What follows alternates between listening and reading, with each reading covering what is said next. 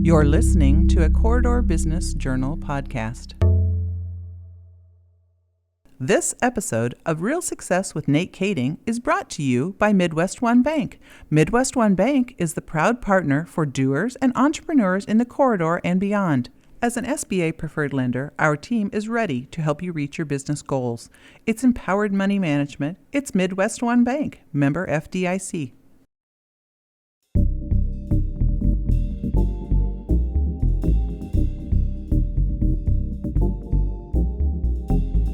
Well, Mike, I've been looking forward to this conversation. I grew up on 6th Avenue in Coralville, Iowa, and the Gazette would find its way onto our front stoop, onto our house there in the mornings. And I remember my dad pulling that out and reading. And he's been a longtime follower of your contributions to the sports world here in the corridor, and most notably Hawkeye sports. And whether it was Sunday mornings after a big Hawkeye football game or a basketball game, or just some off-season commentary, personal profiles about Hawkeye athletes or coaches, or just things happening here in the area. You've been really the wise sage of sports wisdom and perspective. All the way back to, I think it was 1981. So over 4 decades of that work. And then just recently now moving on away from the Gazette into some other new pursuits in the bold new frontier of journalism and sports journalism. At your age, we'll talk about that, about this second act that you have, that you're looking forward to, and that you're currently taking on. But all of us here in the corridor know of your work, know of Mike Hlas, and just associated with sports here in the area. I think a fun place to start is just thinking about sports journalism, or journalism in general, in the last 4 decades, and how could you characterize or summarize in his succinct way how that transition and that change has affected that industry? Because every industry has been affected, of course, but journalism and local news and all those sort of things maybe more so than others. So how would you describe the arc of your journey in the journalism industry over your career? Well, I would say it boils down to adapt or die. Mm-hmm. It's just that simple. It's like been a career in 2 halves. The first half, working for a newspaper, and you basically had a monopoly. You really did. The news came from either the newspaper or radio or TV. Well, radio or TV are on at set times, and that's it. The newspaper comes out at a set time, and that's it. If you had a scoop at, say, 3 p.m. or 7 p.m. or 10 p.m., you had to hold on tight to it yeah. and hope that nobody else found out about it until the paper hit that front porch you're talking about. Then came the internet, and slowly but yet quickly, everything changed, and the news cycle became 24/7. And if you didn't adapt to that, you got run over. Mm-hmm. Is there a moment or event that sticks out in your? I'm really interested in this transition from print to the internet. Like, what was an approximate date of when that happened? Was there an event kind of in the sports world locally that was like kind of where the first like true internet like broke the story? Or when did that transformation really hit home to you? It was really gradual, because I think the newspaper business in general was really slow to accept it, admit it, mm-hmm. or simply to utilize it. I think that the business really missed the boat in that regard. It should have looked at it and said, this is the future. There's no going back. But it clung to the print edition way too long. And in the meantime, the rest of the world wasn't clinging to it at all, and said, this is how we're going to consume our news, which was in 100 different ways, really, as it turns out. And left the old model behind pretty quickly. And I felt like I went from being, part of the Kings to just faces in the crowd and almost irrelevant in some regards. So I tried to, I loved the internet from the word go. Mm-hmm. I don't love everything about it. I don't think anybody does. But I love the immediacy of it. I love the fact that people beyond Eastern Iowa were going to see what I wrote. Right. I love that I could read people from around the country who I either never saw before or just had barely seen and knew that I liked, respected, was interested in, you name it. And made a lot of friends I would never have made because of it, learned a lot of things I would never have learned because of it, but it comes with a cost. And the cost was, in eastern Iowa, the Gazette went from being it, from a print standpoint, to just being one. Isn't it amazing to think back to those days when the only way you could have read a Mike Hlas article if you were an Iowa alumnus or Hawkeye fan in California or Ohio or wherever, if your aunt or uncle or friend cut it out of the newspaper and put it in an envelope and send it over to you. Here's the Mike Hlas article. Yeah, my mom used to collect these scrapbooks back from high school and my college days and that sort of thing. And that's it. That's the only remnants of the coverage from those days. It's interesting to think about. Yeah, just think of that connectivity to your audience and the internet, and how that really changed your world. I think that's fascinating. But I want to go back to your work in particular in the sports world, which is as a columnist, right? And that is more of the thinking man's game, right? Like you need perspective, you need a point of view. It's not just box scores. So how did that change, or did it not change? Did it become more important because everything was immediate in the internet age, to have the people like yourself that take a step back, really try to curate the great stories and provide a unique perspective and commentary or critique of what's happening in the sports world? How did the internet change that at all, or did it not? I'm not sure it did. But when you're on the inside looking out, it's harder to see sometimes. Mm-hmm. I think what didn't change is if you hit on something that was hot button, it was going to be like a turnstile online. If it was something that really connected to people, and I assume it was the same way with print, but you couldn't tell. With the internet, we had metrics. We could look every minute and see how many people were reading stories XYZ, columns ABC. And so what it did was it told you this is what people are more interested in. And I think that helped what I did in a lot of ways, because it's like, okay, stop wasting time on things that people aren't reading. Right. Just because you think they're interesting doesn't necessarily mean they are. And the reverse, of course, is this is a topic that people can't get enough of. And for instance, in the last 3-4 years, although it seems obvious, Iowa women's basketball. Well, it didn't matter what you wrote about it, and it still doesn't. It is a grabber to people.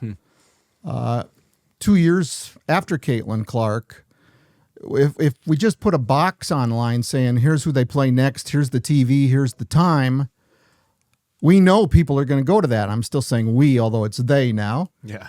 But it's true. And whereas 6-7 years ago, if I would write about Iowa women's basketball, and I thought it was very interesting, I thought they played a beautiful kind of basketball. They had one of the great players in America in Megan Gustafson. It still was marginal as far as web traffic. And then, the world changed here. Yeah. Men's basketball, which was a constant, I'm talking about Iowa now. Yeah. It kind of, it fell hard. And it's a slow build back. I besides being the sports columnist, I was the Iowa men's basketball beat writer for the last 6 or 7 years. It went from being a well-read beat to being, I couldn't make people get interested in it. It was shocking. That's interesting. And how much is back to the columnist piece, are you curating your own stories, you finding out what's interesting, what you want to tell, versus the input and the data you're getting on clicks and reads and those sort of things? Yeah. How do you balance that between, as a storyteller, how do you determine what stories you want to tell, but not do it just because that's what the data is telling you? That still has always been dominant. I mean, look, a good column, a good story, a good subject. When you've been doing it as long as I have, you better know what those things are. If you don't have the instincts for that, you've not been. It's been a miracle you were ever employed, let alone employed for that long. Mm-hmm. But it's like, let's cut through the nonsense. Let's get to what is the real point of interest here. Let's not waste our time on anything that people can find anywhere else. People. I always said that I've always said this. I wanted to write for the casual fan. Mm-hmm.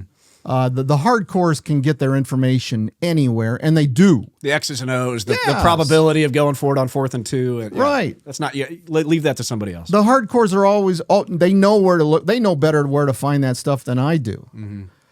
But the vast majority of people aren't interested in that stuff. Yeah. The vast majority of readers want to read about people, and they want to read about topics, the hot topics of the day. They also want to read things that they haven't read before, or that they maybe didn't know. But yeah, I've told many a young reporter who's passed my way, people want to read about people. It's just that simple. It's always been that simple. Yeah. Let's do the Mike Hlas, the art of constructing a great column or editorial kind of 101. Let's go through that, because I think I find that really interesting. I love your kind of Sunday morning after the Hawkeye football game columns and pieces of work. Like, how do you start with that? So let's just say it's the Iowa-Indiana game from this last season, and the Hawkeyes, playing a top 5 team at home, an undefeated team, a huge game. The quarterback goes out in the fourth quarter, backup comes in, can't score, then we give up the slant pass for the touchdown. Like, that's the kind of general narrative arc of the story, and you're sitting up there in the Kinnick press box, absorbing all of this. Like, what goes through your brain about how to construct that column and write it? I mean, there's a certain number of words, but like, kind of walk us through how you're picking how you're deciding what threads to pull on over the course of that 60-minute game to create this beautiful, column that gets push print on Sunday. How does that work? Well, telling you how the sausage is made is it sort of depends what time the game started. If it was a 2:30 game, I don't remember what I wrote, because they wanted the column filed minutes after the game was over. And when you're doing that with a game, you don't know what the result's going to be until very late in the game. It's all a blur. There have been times when I've been writing 2 columns at the same time, one if they win, one if they lose. And it's just like, try and capture something, the emotion or the significance. I'm not explaining it very well, but if I have time to write, it's a beautiful thing. But in the newspaper business, which is still a newspaper business to a degree, it's just I can't give you an outline. It's just do it. I know that sounds like a non-answer, but when there's time, and in my future writing, I will not be subject to deadline, then it's like, okay, I always wanted to find a path that I was confident nobody else was going to find. I wanted to ask the question that nobody's asking, and a lot of the time I'm thinking to myself, why isn't somebody asking him that? Right. I'll give you an example. There was a game this season in which, God, I'm blanking out. Ferentz made a decision, and it cost him at the end of the first half, I think. God. Time management decision. Yeah. I forget. But they had won the game, and everything was hunky-dory afterwards. But he admitted that. Was it the Penn State field goal, the long field goal? Yes, I'm sorry. Us field goal kickers remember those. I'm sure. That's the one we tried a really long field goal, 65-plus yarder, and it was blocked and ran back against Penn State. Yeah. A tangent. Barely a tangent. I saw you play in high school, and I was asking people, why isn't Iowa recruiting this guy? Because he's a kicker. Yeah, that's why. Well, it wasn't because of me, but Iowa found you. Okay. So... yeah, okay. Iowa tries a 67-yard field goal? It would have been Kinnick long, maybe a college football long. Yeah, and it was a disastrous decision at the moment. So Iowa comes back, wins the game. people are the reporters community in the press conference is focusing on the happy, joy. Yeah. I asked Ferentz, did you apologize to the team at half? I don't think I used the word apologize, but did you address that right away with the team at halftime, because it was such a downer for them to end the half? And he got broken up about it, but he felt very guilty about it, and he did mention that right away, and it was an essential part of the game. Yeah. Oh, yeah. That they came back from that. And so it was like, for a change, the players put the coach on their back. It's like, okay, coach, we'll fix this. And they did. And I think that's what made him emotional, thinking about that. But I got accused by a couple of people of dwelling on the negative and, don't read the message boards, I can tell you that. Right. Don't engage there, yeah. But it was, I thought it was a way better, way more interesting. Absolutely. Yeah, and I always talk about, with people, football especially, is, back to your point, which I think you always done a great job of, is the everyday fan, right? And like, as you're walking away from Kinnick after a game back to your car, like, you're not thinking about the stats and the time of possession and the whatever. You're like, there's always like 2 or 3 plays or a coach decision or a blocked field. That's what you're talking about, like the storylines from the game, right? Like, and how a casual fan like all of us like processes that. That's what we want to hear kind of reflected back to us in good journalism, is some unique commentary on those storylines from that game, right? Yeah. It's not, I don't care about the numbers. I can read the box score, right? So it's like, yeah, that was that Penn State game. That was the biggest play. Like, why in the heck why did we try that long field goal? And then, geez, Penn State couldn't score on us, and that's the only way they could get back in it. Why not just take it? So that's the interesting stuff that we want to hear about. And that he would even consider trying that. Right. It was so unference. Yeah, into the wind a little bit too, towards the south end zone. So that was, and I, as you say this, I'm reminded of another Iowa game against Penn State a few years ago in Kinnick. Nico Origani catches a long touchdown pass from Spencer Petras, and it was the play of the game, and it was like a lightning bolt. In hindsight, it was one of the great plays in the history of Ferentz's tenure. I'm walking from the press elevator through the corridor or whatever, the concourse at Kinnick, to get to the press conference, and I see somebody wearing a Reganey jersey. And I asked if he was a relative, and it was an uncle. And so I asked him about the play that his nephew made. And he said, I saw it all the way. And it's like, really? And he goes, no. He goes, I only watch Nico. And he goes, Sure. Yeah. So I'm watching Nico, and I'm, he's open. And then the ball's coming his way. And he goes, his uncle was still in a daze about it. Yeah. But I thought, this is way more interesting than if I examine the play itself. Yeah, the human side. Yeah, what's that uncle in the stands? Like, what's he thinking? No, that's great. And we could talk Hawkeye football and sports stories all day. Yeah. I want to get back a little bit to your career, 40-plus years. What's the hardest thing about being a sports journalist? What's the most difficult aspect of that profession? Oh, it used to be deadlines, but now if those have changed. I mean, we print 3 days a week now. They print 3 days a week. Oh boy. But now the biggest challenge is being constantly aware and responding as soon as possible.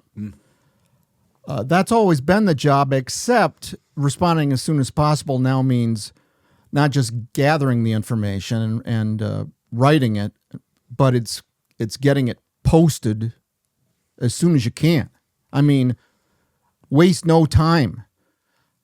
It's a very competitive thing, and there are a lot of media sources of various degrees, and everybody out there in America thinks they're a reporter now. They've got a cell phone, they've got a camera, they've got video, right? And that's great in many regards. It's it's kept a lot of people honest, and it's presented moments to us that we could never have seen before. But what it means is that for the so-called mainstream media outlets, and even the lesser, the sort of mainstream, you can't go on a break. You can't rest. And if you don't find out about something until an hour later, you're beat. Yeah. So always being on. That's something and that wears on you a little bit. It wears on you a lot. I mean, there are people who have jobs where if they get a phone call at 9 p.m, they have to go into action. There are a lot of people like that. Yeah. But it's not a thing that you worry about on a regular basis, on even a daily basis during certain seasons. The NCAA transfer portal. Oh my God. I mean, that the whole time that's open, that is, the sign is on, open. Yeah. And you better be ready to react to each and everything. Yeah, that would be very difficult this day and age. And man. Yeah, how do you keep up and how do you differentiate? And talk a bit about, and now you're transitioning, the Gazette, as we all know here locally, has been bought out by the Adams Multimedia Company. You've, maybe the polite way of saying it now, have moved on down the line to explore other opportunities. And what does this next chapter look like to you? I know that you're working on some things with the Iowa Writers Collaborative. Maybe share a little bit about that and how that works and how we can follow your work going forward. Mm-hmm. Well, thanks for mentioning that. Appreciate that. I had preliminary discussions several months ago with a woman named Julie Gamick in Des Moines, who is the founder and the heart and soul and brains behind this thing called the Iowa Writers Collaborative.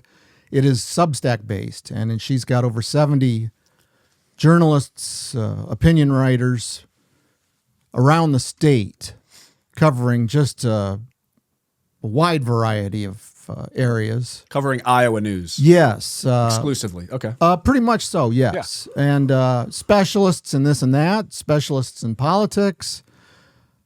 She's got some good political writers, business, just cultural stuff. Mm-hmm. A little bit of sports, but I'm one of a small group of people who write sports. And it's the design is to cover the state, and there, as we know, there are more and more pockets popping up in the state where they've lost their news outlets. And I'm not saying that this is going to cover all of those. It's not going to be we're not covering every hometown, but sure, we are presenting timely, interesting, professional journalism and commentary. Yeah. And the thing has really been successful for her. Art Cullen, who I'm sure a lot of your listeners are very well aware of, Pulitzer Prize winner from Storm Lake. Great book. Yeah. Yeah. Mm-hmm. Author. He's part of it. Chuff Offenberger, who had a great career as the Iowa Boy with the Register, is doing what he does. And I could name a lot of names that I think would be familiar to your Iowan listeners. And now I'm part of that, and that's the start of my post-newspaper life. I hope to be doing other things after the new year. And I can do things that I couldn't do because I worked for a newspaper in terms of being taking stances and maybe I'm not going to tip my hand, but is this unhinged, Mike Hlas? Are we coming into this phase? I can take unhindered by an editorial. Right. If I want to, I'm announcing my candidacy for the United States Congress. There you go. Although if elected, I will not serve, but I will accept the salary and the perks. Yeah. No doubt. Well, I mean, this is a business podcast. I'm curious, this new media and Substack, and I've recently, just within this last year, started to dive deeper into Substack. There's several. I love it. I mean, you get direct access to work. You pay a little bit of money, and which you should, for the amazing content, to several people that I follow on Substack. We'll follow you, and this Iowa Writers Collaborative sounds amazing. Walk us through the business model for the Iowa Writers Collaborative. It's a for-profit venture, I'm guessing. How does that work? Are you a 1099? Are you kind of an independent contractor, and they're making their revenue via subscriptions? And talk a bit about that piece. Let's deconstruct the business model and this sort of new media Substack play here. Well, here's all I understand about it is I write, there are buttons to subscribe, either free or for, a few bucks a month or a better rate for a year. Yeah. And do you get more content if I go on there and hit the I'm going to pay for this button? Or is there like some stuff that's then behind a paywall? Yeah. Or how does that work? Not for me, not yet. Okay. No. I want to get eyeballs. Okay. So build up a critical mass. Yes. And then at that point you say, okay, Nate, are you willing to pay $29.99 to read Mike's content per year or something like that, whatever that number is. Yeah. Right now, if people are willing to pay for it, and it's not hugely expensive, but they can. But I want to get people reading it because I hope that it builds and builds, and we can do other things with this. We've discussed podcasts like the whole rest of the world's doing, and to keep my name out there and see where this goes. And so far in the first week and a half, it's been, I got a big bounce right off the bat. Sure. Name recognition, etc. Yeah. But I've still been really pleased with the initial reaction. And like last night after the Iowa game, the Iowa State men's basketball game, I sat down and wrote a piece about it, and I didn't have to rush it. I could take my time, and here's what I want to say. Here's how I want to present it. Get a little artwork in there that I wanted to get in. Yeah. And then post it. And this morning, it was in people's mailboxes. So will you travel then to these games and be able to sit down in the press room afterwards and ask coaches the same way that you were at the Gazette? Is that sort of the idea behind it? Or I haven't. Or do you not need to at times now? I haven't figured that out. I think there will be times when I try and get press credentials, and because, I think it gives you legitimacy to be there, first of all. Yeah. I've never been one who enjoyed writing from home. Sure. And we did that in the last couple of years with Iowa men's basketball. As recently as the pandemic year, I went to every road game, which... That's a lot.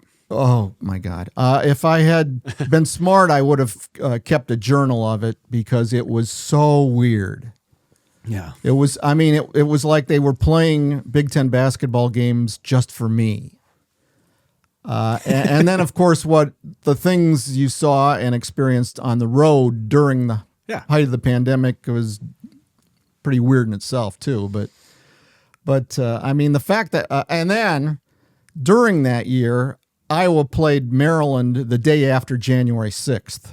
Oh, wow. So I'm flying into the Beltway on January 6th on a plane in which everybody on the plane is watching their TV to one thing, which is Congress reconvening. Sure.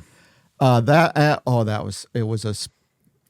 went to the Capitol the next morning, and there were very little remnants of the day before, but it was still spooky. Yeah. And that's the kind of perspective that's fun, because people don't absorb or consume sports in a vacuum just about the game. Like, it's always taken within the context of the broader environment, and that's why I love sports writing that either weaves in like the personal human interest story or politics, like somewhere at that cross section between sports and history, sports and people, sports and science. Like, that's the kind of stuff that I think is lacking in some ways out in the whole spectrum of sports reporting and journalism. And I kind of gravitate towards those sort of things, in terms of that kind of, I think you've always done a great job of the human interest side of things and those sort of stories. So I think that's really your bread and butter, and look forward to the Substack to be able to get more of that.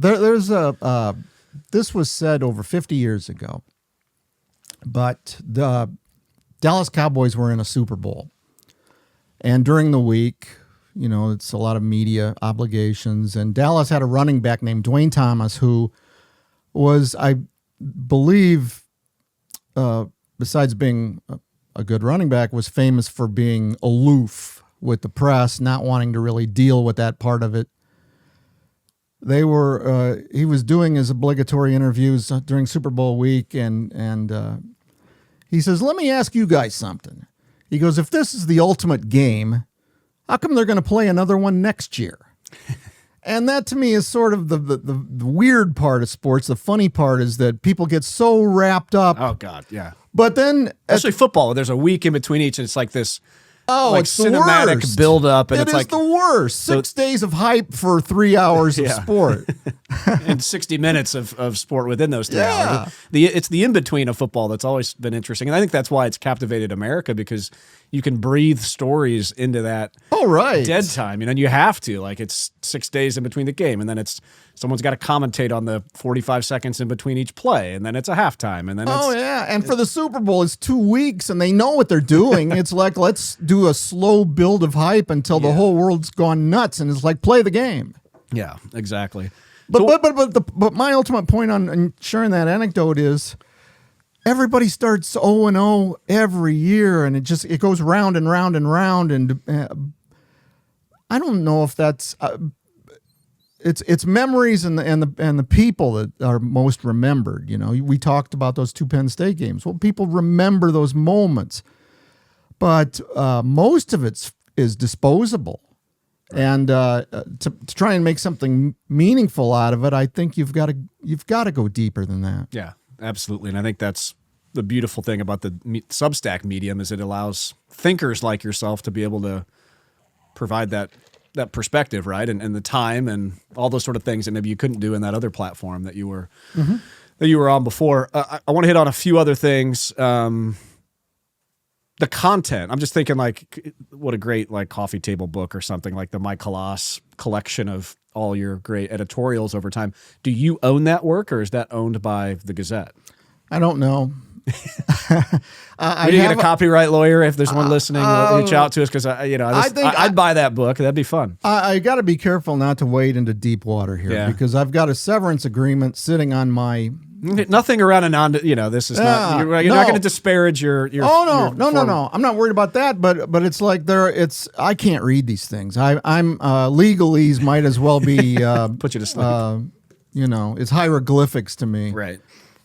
So I don't know. And I joked about this in my first Substack. It's like, okay, I'm going to steal something here that I wrote in 1987 from my first Gazette column. Yeah.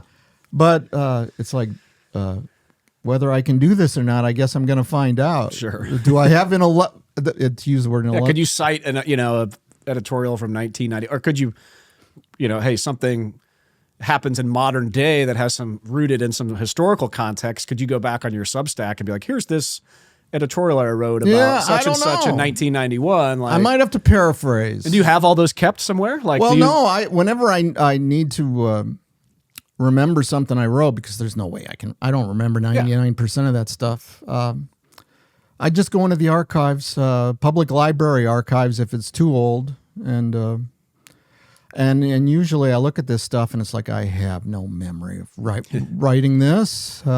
Maybe we have these great universities here in the corridor, whether it's or Mount Iowa. We need to get some folks from the journalism schools as an internship, and let's go archive. Let's get the Mike Hlas archives. We don't need you. We need you creating new content, not sitting in the public library trying to, going through the microfiche of a 1984 article. Right.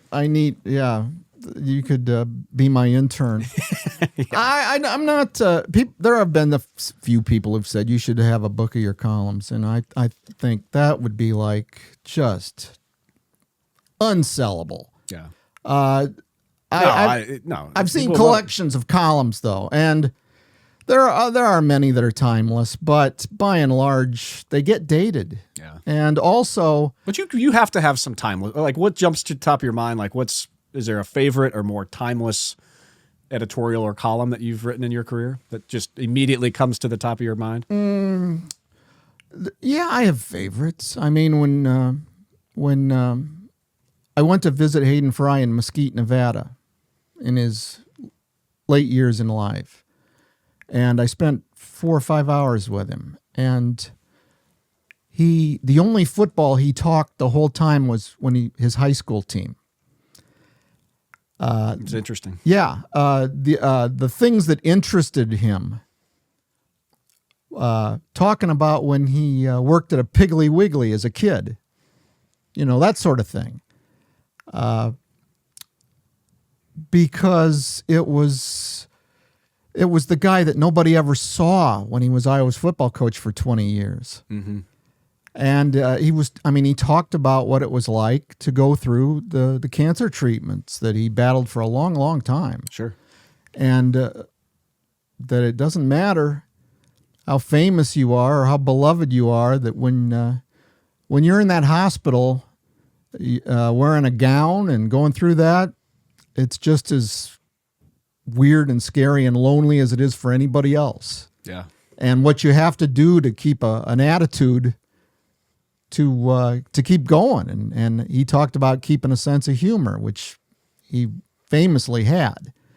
And so he made me laugh many times over that time, but he also talked about a lot of serious things, and it wasn't Hawkeye football, And that's where I think hopefully you have the freedom now to go out and curate these stories across the state of Iowa. I mean, think of all the great sports stories that have a human interest thread to them, whether it's, a high school football coach or a kid doing some youth sports thing, or there's probably endless, right? And I think that's the ability to perhaps create online through a Substack and your readers, people pushing you potential stories. Yeah, I hope so. Did you hear about X, Y, and Z? You should go check this out. This could be great. Like, I would love to have that. If you're able to pump out 15, 20, 30, 40 of those stories a year, great sports stories with an Iowa context to them, I think that'd be amazing. And I do have obviously a bank of memories and Sure. things I can go to, but I'm not,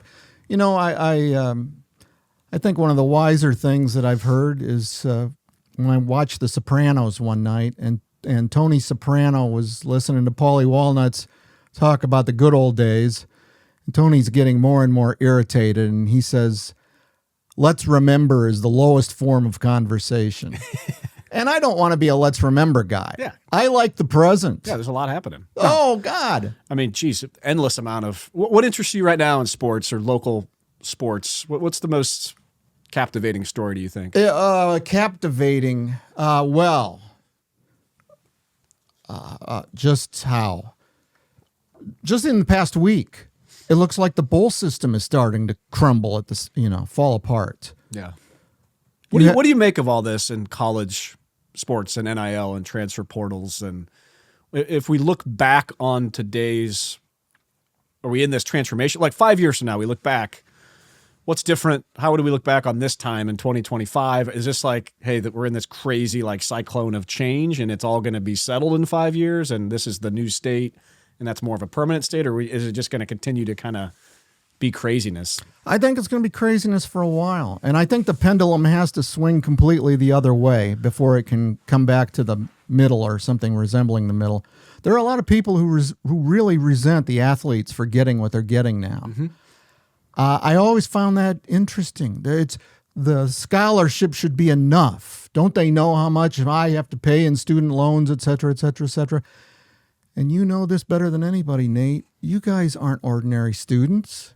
I mean, you're hired guns. You're the back. The football players, the college football players, are the backs that the whole college sports industry rides on. Yeah. And beyond that, the hoteliers, the restaurateurs, the television networks, so many people. All the money, yeah. Well, somebody on Melrose who's renting out parking space for a day. And the players, yeah, and they are. I mean, that's obviously now the compensation is coming from both the university and they have the ability to go out and make money off their name, image, and likeness. I don't discount the value of an education. Mm-hmm. I'm kind of glad I got one. Right. But if you're looking at, dollars per hour for a college football player. Yeah, you're living and breathing it. You're putting in 80 hours a week. It ain't much. No, right. But no one's feeling sorry for him. Trust me, this day and age. But my theory is that I'm not sure that fans really like the players. I think my read on it is fans resent the fact that no one is really seemingly talking about them. right? And it's just like shilling him on every which, it's the ticket price, it's this, and then that's now accreting to this athlete who's here for a year, and then he's going to be going and playing for Oregon next year, and now we're paying him. I think there's the lack of sort of structure to it, which I think doesn't sit well with fans, and we're asking Johnny and Osceola to tithe 10% of his income to this NIL, so Iowa, under the illusion that Iowa Hawkeye Athletics is going to somehow be more competitive. That's not really fair to him. And Iowa sports is a civic institution. We all own it as Iowans, right? Maybe perhaps one of the most important civic institutions.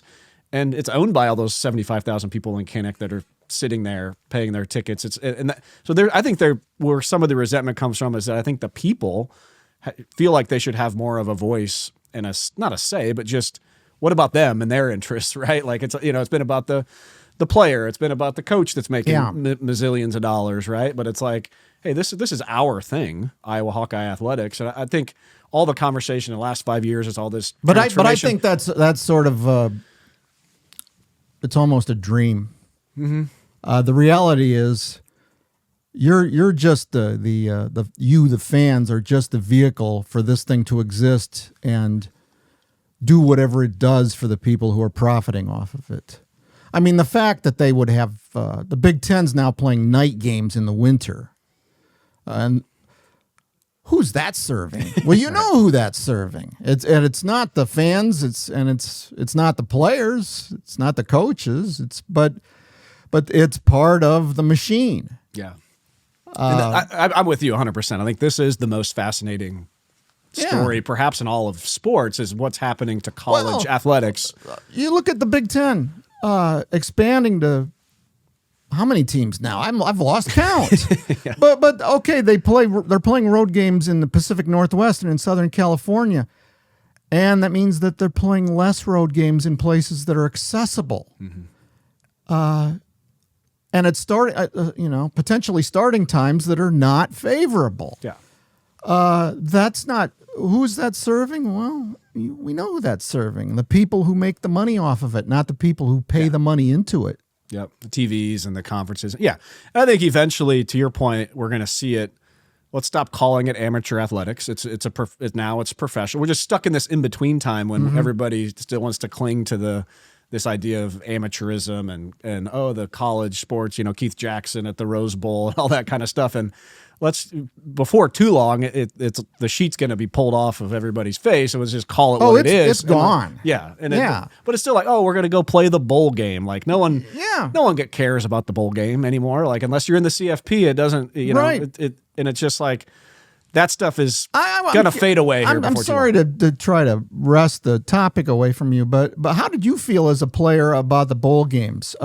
We loved them, but I was an old timer. We played that Alamo Bowl game my second year, which was Kirk's first bowl game after the Hayden Fry to Kirk transition. That was a huge deal to us. Yeah, but bowl games were different then. There wasn't a college football playoff. You were either playing in the Rose Bowl and you had you voted, the media and whoever voted to win the national championship game. So that was sort of just the system, but those bowl games were amazing. And now really this is evolving in college football, which I think is fine, where it's kind of like the NFL. Like, hey, your top 12, 16, however many teams it's going to be, make the playoffs, and that's you play, and there's one winner at the end. And, I think we could see a system at some point in time when the bowl games maybe are at the beginning of the year. Could we have two cupcake non-conference games, and then the SEC and the Big Ten play each other on a neutral site, and those are the bowl games, and those happen in September. That keeps the Chamber of Commerce happy and the TV happy and all those sort of things. So I think it's going to be flipped on its head pretty soon. I mean, I was talking to an agent that I knew back in the NFL the other day, and they're representing a lot of these NIL football players, and they're negotiating in every one of their contracts that if their athlete is not in the CFP, then they're contractually, they have the option to opt out of the bowl game and not play and still make the same amount of money. So I think just this stuff's working its way through the system, and I think slowly but surely the players aren't going to play. Fans are going to become less interested about going to the exhibition bowl game now that doesn't have the same sort of meaning to people as the players aren't in it, and it's just like people are just going to stop like paying attention, then the dollars are going to go down the viewership, but it's Yeah. I think over time it's digesting itself right now. It's a very strange thing because ESPN owns almost all the bowl games. Sure.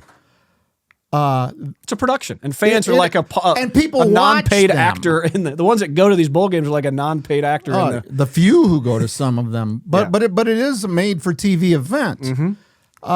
And their ratings are great, even for the lousiest bowls. But the schools and the players are becoming choosier. Yeah. And on top of that, you look at what happened at Iowa State and Kansas State. Coaching changes. They know there are going to be exodus of players.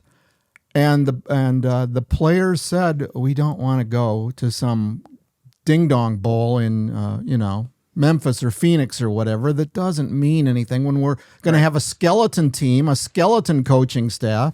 Florida State did that 2 or 3 years ago. They were ravaged by the portal, by injuries. They took a half a team to go play Georgia and lost 63-3. Right. Who does that serve? Absolutely. Yeah. You could take a step backwards as a program too by participating in these. Maybe this might be a podcast born here. I think there's some macro themes you could make out of a sports. I don't think there's much of that content out there. You and I could sit here all day and talk about my next. I think next week I'm going to write about the bowls because Iowa is actually in a bowl game that I think is going to hold up.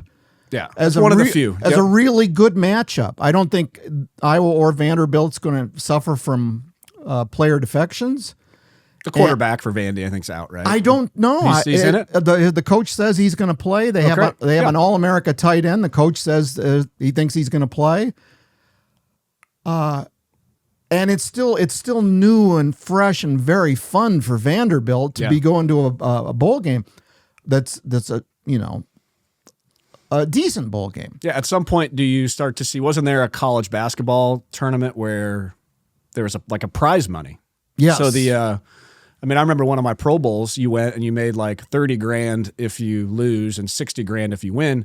And I'm sitting there at the locker room at halftime. I think we're down like 10 and Belichick's the coach. And it's like Peyton Manning on your left and LaDainian Tomlinson on your right. And it's like, these guys are making bazillions of dollars a year.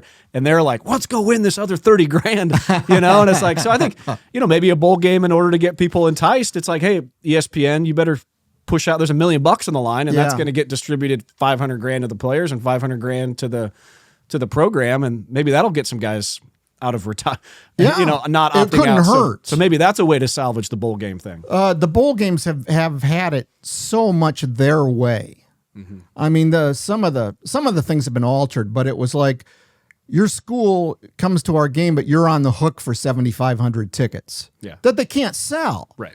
A, because nobody wants to go, or B, people know ways to get better tickets and cheaper tickets. And so that's the start of it. Your 150 person traveling party with the hotel prices jacked up and with the airplane costs and the meals, there's that. And then, oh my goodness, can we bring the band? Yeah, if you'll pay us to let them play. Right. Which they do. God knows how much it costs to bring the band down. And so you've got more schools than not losing money on bowl trips, which is nonsense. Yeah, that won't last long. There's tons of great macro topics to dive into. You start thinking about the sports betting and prediction markets and all the stuff now with these coaching contracts and transfer portals. And it's a fascinating time in sports. It's a never-ending soap opera. Yeah. Not to mention everything going on in youth sports, and I call it the youth sports industrial complex with 4 kids that are there, and you're traveling all these different places each week, and our local economy, how dependent upon that is in some ways. I mean, in Iowa City, there's a 90,000 square foot volleyball facility going up in the old Pearson building. And it's like, that's a fascinating subject in and of itself too. So you don't have to look hard to look across the Iowa landscape around very interesting sports stories. Oh God, all you have to do is talk to a coworker or a neighbor. You're going to find somebody who's doing what you're doing, and they're out every weekend trying to, hoping the kid will get better. And with a lot of these people, it's like, this is our road to a scholarship. And it's like, there's the same number of scholarships I think there's almost always been. Yeah. They're not opening up new sports and new teams. It's an interesting, but I think as everything, I got couple of questions to wrap it up. We could go on for hours here, but And I think that sports is very much, if it was a stock, I'd be buying stock in sports, because I think live entertainment, humans out there in real time, screwing up, succeeding, as things become artificial more and more in our lives, it's one of the last few things that the human drama plays out in front of all of us to see. Oh, that's well said. And I'm 100% in agreement, which is why I think it's well said. Yeah. But it bodes well for your next step at business. I mean, there's a lot to, people want to see it. They want to talk about it and read about it. For a lot of reasons. And what you just said is, it's a reality show. It's got characters. It's got drama. It's got a certain amount of comedy. It's and tragedy. Tragedy, sure. And as a kicker, I know about tragedy. Oh my God, yeah. And that story up in Michigan with their football. Yeah, it is. Yeah. A never-ending supply of it. Every hour, there's something new out there, and the games themselves are unscripted. Yeah. As much as all of us think we know what's going to happen in a certain game, doesn't happen. It's unbelievable. It is. Yeah. And there is a scoreboard. So there's no gray area about who won, who lost, and what it means. Yeah. As opposed to real life, where it's nothing but gray area, and people get tired of that, and people want to find an escape where something makes sense. Yeah, absolutely. That's very, very well said. Which leads me to one of my last questions or themes to kind of hit on. Obviously, everybody in business, everybody in the world with artificial intelligence is a thing, and that no industry is going to be unchanged by it. It's a big deal. Journalism, and I've got on my phone the other day and talking to not talking to my wife tells me you can't talk to AI. It's not it's not a person, which I know obviously, but using it as a resource as whether it's something in the real estate world, you're looking up facts, or you're doing math equations, or it's like helping you with ideas generation, or whatever, you name it. Kids using it at school. Hopefully my kids aren't using it to verbatim copy answers, but what can you do as a thinker, as a creative, as a storyteller that artificial intelligence can never do? I don't know. And that's honest, because I'll tell you a quick story. Several months ago, during the NBA Finals, Oklahoma City's playing Indiana. And I find myself, I really like both of these teams. I like the way they play. I like Halliburton. I like Gilgeous-Alexander. These guys they're fresh and they're fun. And it occurred to me, but they're from Indianapolis and Oklahoma City, and these are two places that I would never want to spend 5 minutes voluntarily. Sure. And that's an exaggeration. They can be fun. They're both okay. Yeah, they really are. But it's just like I should be wanting Los Angeles and New York to win, because I love going to those places, and they're fun, and there's 10 million things to do, etc. So how do I rectify rooting for Indiana and Oklahoma as opposed to Los Angeles and New York? So I said, I could write a column about this, but I don't really want to. So I go to ChatGPT or Perplexity or one of these things, and I said, write a Mike Hlas column about, and then I gave the topic I just told you. And it wrote a column that it's like, I could have written that. Yeah, it's freaky, isn't it? It frightened me, but then I cut and pasted. I told people what it was. Yeah, this is AI's version of me writing about this, and I had somebody tell me that wasn't really AI. It's like, yeah, it was. Yeah. So my answer is, I don't know, Nate. Yeah. I don't know. It's got me as worried as much as anybody. I think what it can't ever do, which I've always appreciated about your work, and this is a good way to kind of wrap this up, is in observing and curating the stories and knowing what to pick, like what theme to talk about, what story. And I think AI can never have that kind of the wisdom that comes with your tenure and the craft, knowing people and how that's compounded across it. They can't go out and reach out to someone and say, I'm Mike Hlas and I want to write a story about X, Y, and Z. So I think that's not to answer the question for you, but I think you're uniquely positioned to be the person that can be the storyteller and find the stories. Finding the stories and having the context and the wisdom to be able to do that, I think, is something that artificial intelligence. Well, so far AI is not hasn't hired a robot to go out and interview people and pick, essay ideas. It's just plug in something and you get it. But I don't know where it's going, I'm really interested to see, because, man, what you just said, when I want to know something, it's crazy. Oh boy, it's crazy. Yeah, in like a second, it pops up with just the most in-depth information. But yeah, like I said, we could go on and on. This has been awesome, Mike, and I'm excited. First of all, I know Kirk mentioned it in his press conference, but just celebrating your career and what you've done for local journalism, sports journalism here in the corridor has been amazing. I mean, I grew up with you and Scott Sable and John Campbell and all those people. It's just such a big part of growing up and being a sports fan in Eastern Iowa. So thank you for everything that you've done with the Gazette. And obviously what gets me even more excited is that this isn't the end. There's this great new chapter on Substack with the Iowa Writers Collaborative. My run for Congress. Yeah, your run for Congress. I mean, this is shaping up as a great next chapter. But so folks can find you, Google Iowa Writers Collaborative, get on Substack. What's the easiest way to connect? It's that simple. Okay. MikeHlas.substack.com. Don't worry, you're not on the hook for any money, but if you would just press subscribe, I would appreciate it. I'm going to put everybody on the hook for some money. Everybody can peel off a few $10, $20 or whatever that might be. And if anybody wants to send me any coupons or anything like that, that's good too. Yeah. 10 cents off. I love it. Well, appreciate it. This has been awesome, and look forward to following all your work here. Thanks for having me. Yep, you bet. I'd also like to thank this podcast sponsor, Midwest One Bank. Experience simply better banking at midwestone.bank. And this podcast is produced by Upload Media Group, located here in Cedar Rapids, Iowa. For more information on them, you can visit uploadmediagroup.com. And of course, if you enjoy this show, please consider subscribing and reviewing on your podcast platform of choice. It helps us to continue to develop and grow. Real Success with Nate Kaeding is a Corridor Media Group podcast. For more information, visit corridorbusiness.com.